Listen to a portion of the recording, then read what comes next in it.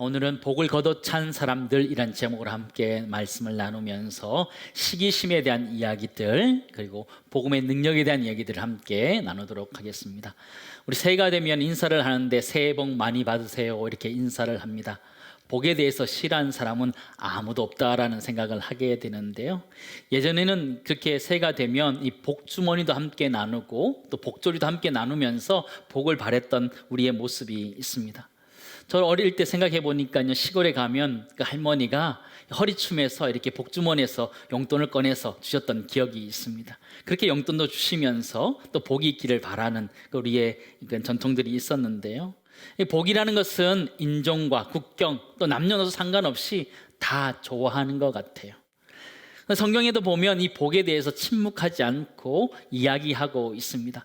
시편 1편에서는 복 있는 사람은 이렇게 하면서 복에 대해서 이야기하고 있지요. 우리 시편 1편 1절 2절 말씀 보시기 바랍니다. 우리 같이 한번 읽도록 하겠습니다.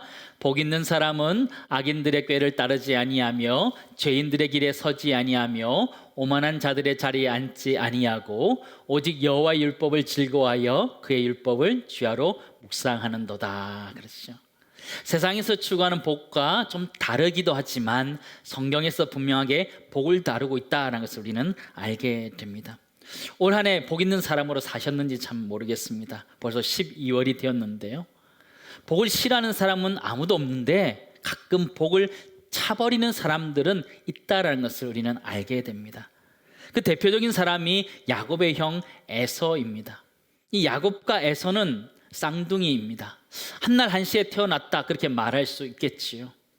그런데 이 에서에게는 큰 특권이 하나 있고 복이 있었는데 그것이 무엇이냐면 장자의 명분이라는 것입니다. 장자의 명분이라는 것은 둘째 아들보다 배의 유산을 받을 수 있는 상속권을 이야기하는 것입니다. 그냥 추상적인 것이 아니라 구체적이고 실제적인 복이 바로 이 장자의 명분이라는 것입니다. 그런데 이 에서는 이 장자의 명분을 잠깐의 즐거움을 위해서 다 내어버리고 있음을 우린 잘 알고 있습니다. 창세기 25장 33절 말씀 보시기 바랍니다. 야곱이 떡과 팥죽을 에서에게 주매 에서가 먹으며 마시고 갔으니 에서가 장자의 명분을 어떻게 했더라? 가볍게 여김이었더라. 그렇죠. 한 끼 식사로 모든 유산을 다 날려버린 아주 바보 같은 사람이 바로 이 에서라는 것을 우리는 보게 됩니다. 자기에게 주어진 복도 걷어차버리는 이 에서의 모습이 오늘 성경을 자세히 보시면 유대교 지도자들의 모습이다라는 생각을 하게 됩니다. 그들은 비시디아 안디옥에 있는 회당을 섬기는 사람들이었는데 멀리서 바울과 바나바 일행들이 와서 복음을 전해 주었습니다. 그 복음이 바로 복이라는 것이죠. 그들이 그 복들을 걷어차버리고 있는데요, 그들이 걷어차버린 복이라는 것은 사도 바울 일행이 전해준 복음이었다는 것을 우리는 압니다. 그들에게는 복이 찾아왔지요. 예수 그리스도를 힘입어서 죄사함을 얻는다, 예수 그리스도를 힘입어서 의롭다함을 얻는다라는 것을 분명히 그들에게 가르쳐 주었지만 도리어 이 일행들을 쫓아버리는 그 일들을 하게 됩니다. 그러니까 성경을 보면 이들이 전해졌던 복음이 복이었다는 것을 아는 많은 사람들이 있었습니다. 42절 43절 말씀 보시기 바랍니다. 그들이 나갈새 바울과 바나바를 이야기합니다. 사람들이 청하되 다음 안식일에도 이 말씀을 하라 하더라. 회당의 모임이 끝난 후에 유대인과 유대교에 입교한 경건한 사람들이 많이 바울과 바나바를 따르니 두 사도가 더불어 말하고 항상 하나님의 은혜 가운데 있으라 권하니라. 그렇죠. 이 비시디아 안디옥에 있는 유대교 회당에 모였던 사람들은 사도 바울이 전해줬던 그 복음이 복이라는 것을 너무나 잘 알고 있었습니다. 그래서 그들은 그 다음 안식일에도 이 말씀을 다시 해달라고 요청합니다. 그 말씀이 너무너무나 좋았기 때문이지요. 다음 안식에도 이 말씀을 해달라. 이 회당의 집회들이 다 마친 다음에 집으로 가는데도 이 바울과 바나바를 따르는 사람들이 많았다, 성경이 이렇게 기록해 주고 있지요. 사도 바울에게 있어서 이 일은 굉장히 고무적인 일이었을 것이라 생각되어집니다. 그들이 처음에 수리아의 안디옥의 지역에 있다가 성령의 인도하심을 따라서 구브로라는 섬으로 가게 되고 그 섬에서 다시 버가라는 곳으로 배를 타고 올라가게 됩니다.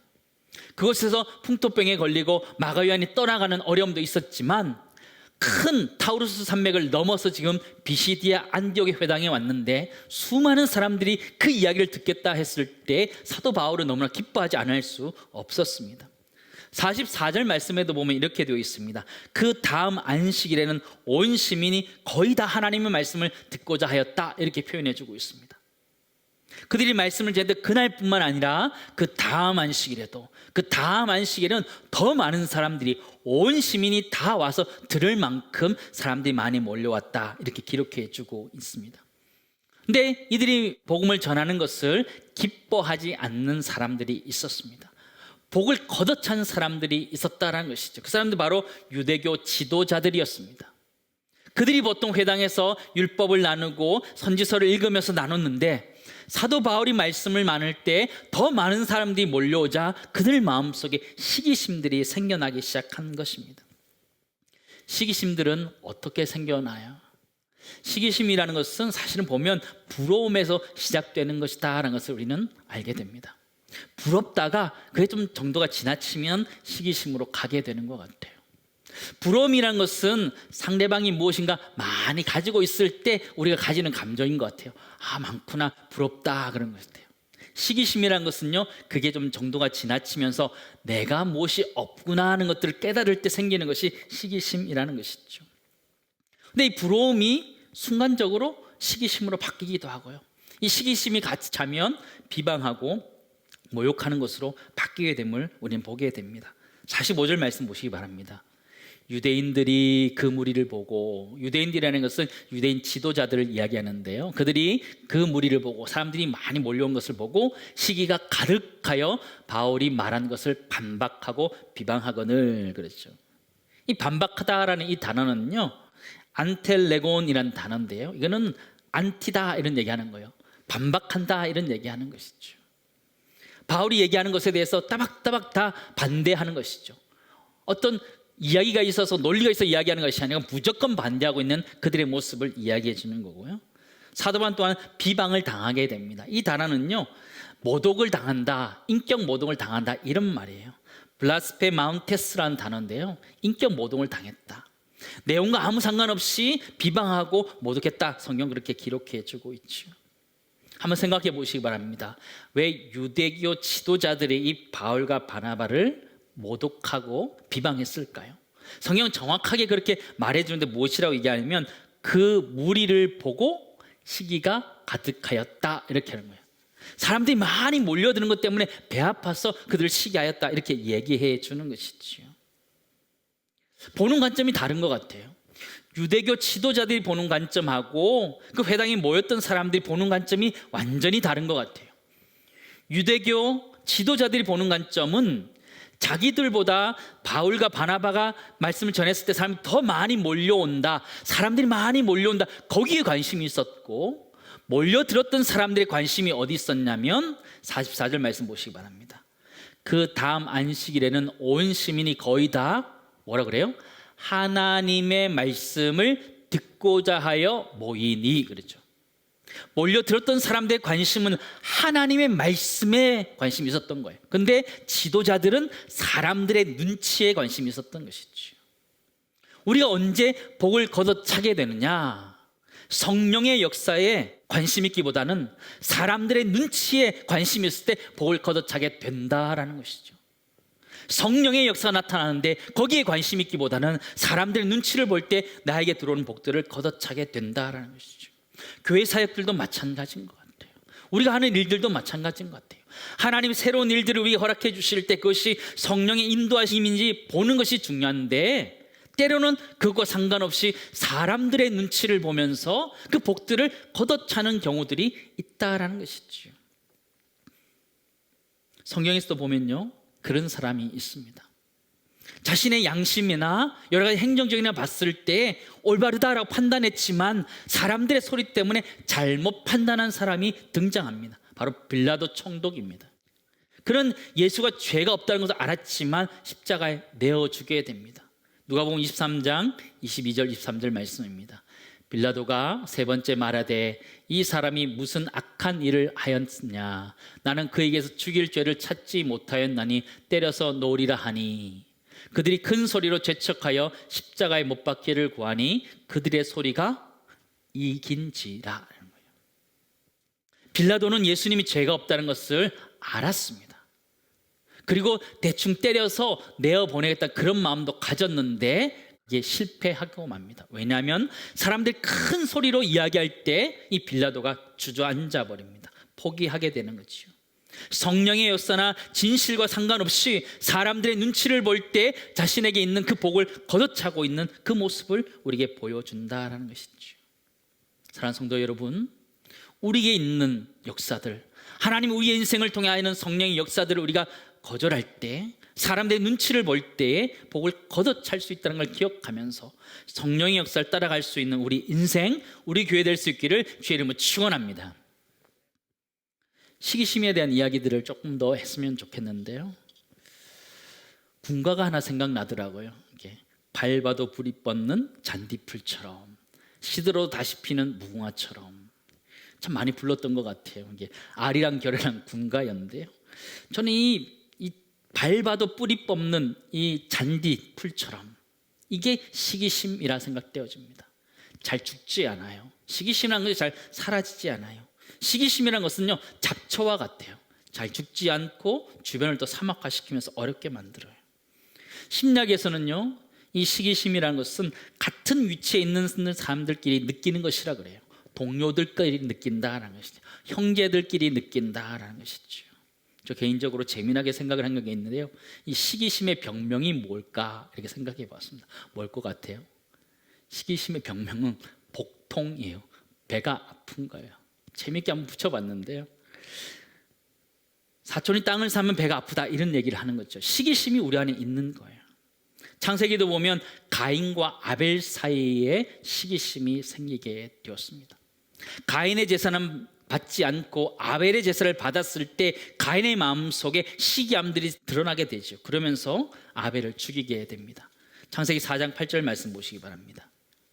그들이 들에 있을 때에 가인이 그의 아우 아벨을 쳐 죽이니라. 남이 아니었습니다. 자신의 아우였는데 쳐 죽였다. 성경이 이렇게 표현하고 있는 거죠. 시기심이 그런 일을 하게 된 거죠. 또 요셉의 형들과 요셉의 관계에서도 시기심들을 발견할 수 있습니다. 요셉이 꿈을 꾸게 되지요. 그 꿈을 형들에게 이야기하고 아버지에게 얘기했을 때 형들이 시기심이 발동하기 시작합니다. 그리고 이렇게 이야기합니다. 창세기 37장 18절 19절 말씀 보시기 바랍니다. 요셉이 그들에게 가까이 오기 전에 그들이 요셉을 멀리서 보고 뭐라 그래요? 죽이기를 꾀했다 이렇게 표현한 거예요. 서로 이르되 꿈꾸는 자가 오는도다. 이 시기심이라는 것은 우리 마음에 가만히 있는 것이 아니고 이게 행동으로 드러나기 시작하는 것입니다. 그래서 무서운 것이 이 시기심이라는 것이에요. 오늘 사도 바울의 일행들이 그 시기심을 당했던 것이죠.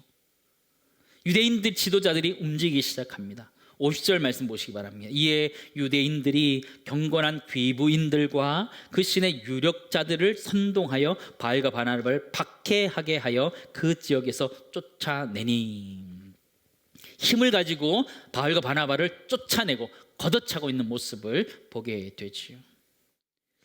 우리 올 한 해를 한번 돌아와 봤으면 참 좋겠습니다.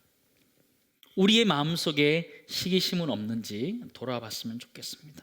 내 마음속에 왜 시기심이 생겼는지, 이 시기심들은 어떻게 내어버릴 수 있는지 좀 고민하고 기도하는 시간을 12월에 가졌으면 좋겠습니다. 주님도 우리들에게 모든 지킬 만한 것 중에 더욱 내 마음을 지키라 말씀해 주셨습니다. 하나님 우리가 말씀해 주시는 것이죠. 우리 마음을 지켜야 되는데 시기심이 우리 마음속에 들기 시작하면 걷잡을 수 없이 번져나가기 시작합니다. 시기심을 어떻게 제거할 수 있을까요? 시기심이라는 것은 이것을 제거하지 않으면 복을 걷어차게 되는 것을 우리 보게 되지요. 두 번째 나누기 원하는 것은요, 시기심을 제거하지 않으면 복을 걷어차버리게 된다는 것이죠. 이 비시디 안디옥 지역에서 사실 사도 바울이 와서 복음을 전했을 때 그것은 그 지역의 축복이었지만 유대교 지도자들이 그걸 시기하였을 때에 그것을 걷어차고 있는 모습을 보게 되죠. 여러분은 어떻게 시기심을 이겨내고 계십니까? 저 개인적으로 시기심을 이겨내는 방법들이 있습니다. 여러 목사님들을 만나고 보면 참 부러운 것들이 많은 목사님들이 있을 수 있거든요.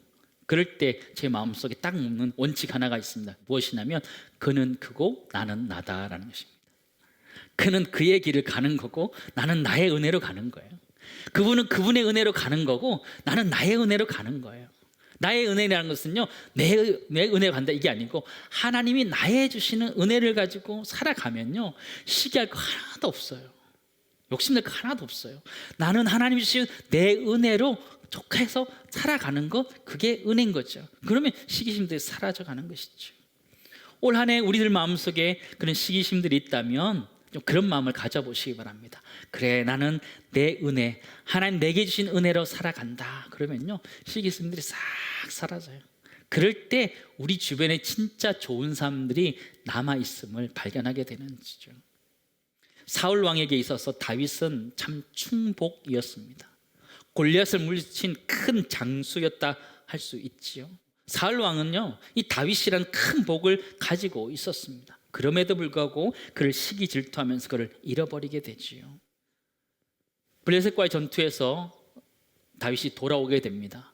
여인들이 막 노래하는데 좀 과하게 한 것 같아요. 과장법 같아요.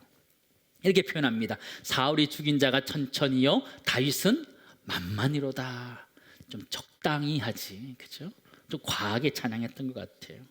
사울 왕이 그게 거슬렸던 거예요. 제가 이렇게 생각하는 거죠. 사무엘상 18장 8절 9절 말씀 보시기 바랍니다. 사울의 말입니다. 사울이 그 말에 불쾌하여 심히 노하여 이르되 다윗에게는 만만을 돌리고 내게는 천천만 돌리니 그가 더 얻을 것이 나라 말고 무엇이냐 하고 그날 후로 사울이 다윗을 주목하였더라. 이때부터 사울의 마음속에 시기심이 가득 찼던 거죠. 그러니까 다윗이라는 그 복을 제대로 누리지 못하고 있는 사울 왕의 모습을 보게 되지요.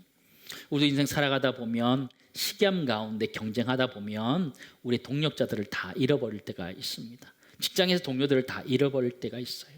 경쟁하는 관계가 아니라 서로 격려해주고 위로해주고 함께 세워져 갈 수 있는 아름다운 공동체가 우리 직장이고 가정이고 우리 교회 공동체 되기를 간절히 소망합니다. 유대계 지도자들은 이 사도 바울의 일행을 쫓아내 버리는데요, 사도 바울의 입장에서 한번 생각해 보았습니다. 너무나 아쉽고 서운했을 것 같아요.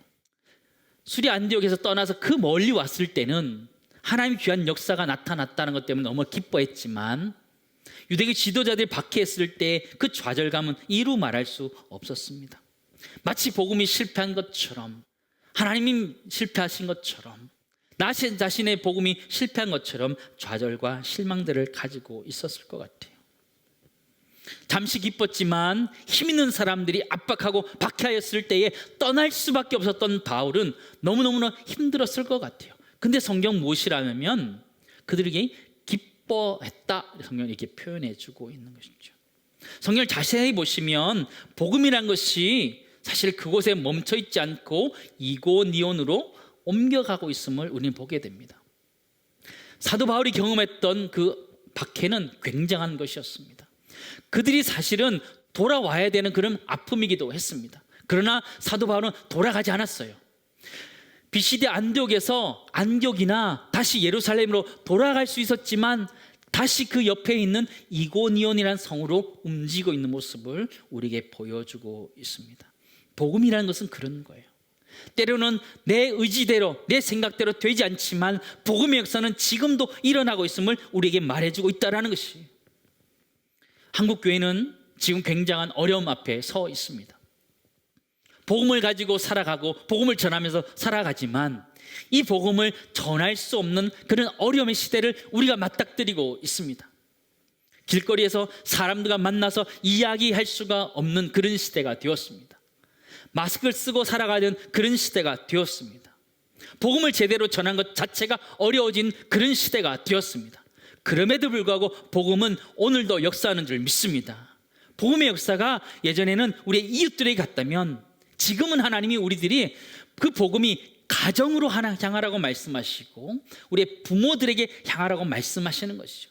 내 생각대로는 아니지만 그 복음이 또 흘러서 또 가고 있는 것을 우리는 발견하게 됩니다.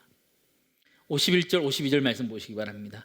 두 사람이 그들을 향하여 발에 티끌을 떨어버리고 이고니온으로 가거늘 제자들은 기쁨과 성령이 충만하니라. 복음이 움직이고 있는 것을 보게 되지요. 저는 이 장면이 그런 것 같아요. 이게 발에 이게 티끌을 털어버리는 장면이 걷어차인 복음이 다시 그들을 걷어차고 있는 모습이다, 그런 생각을 하게 됩니다. 복음은 계속 흐르고 있어요. 시대 앞에 복음이 막힌 것 같이, 한국 교회 앞에 성장이 막힌 것 같이 이럴 때에도 복음의 역사는 지금 계속되고 있고 우리를 통해서 일어나고 있다는 것을 잊지 않으시기를 간절히 소망합니다. 복음은 계속 흘러가더라고요. 어려움이 있어도 흘러가더라고요. 2016년에요, 제가 키르기스탄에 단기 선교를 잠깐 다녀온 적이 있었습니다. 키르기스탄은요, 중앙아시아에 있는 나라입니다. 지도를 잠깐 보여주시죠. 중국 왼쪽에 이렇게 붙어 있는 곳이 키르기스탄이고요. 그 바로 위쪽가 카자흐스탄입니다. 주변에 스탄 이름 부른 나라들이 거기 다 있어요. 카자흐스탄, 우즈베키스탄, 타지키스탄, 투르크메니스탄, 아프가니스탄, 파키스탄, 그 옆에 다 있는 나라들인데요. 근데 그 키르기스탄에 갔을 때에 제가 참 이게 좋았다라고 생각했던 게 하나 있었는데, 그게 무엇이냐면 거기에 그랜드 캐년과 같이 이 산맥이 굉장히 멋있게 펼쳐져 있다라는 것은 전혀 의외였습니다. 사진을 한번 보여주시죠. 저렇게 된 산맥들이 제법 많이 보입니다.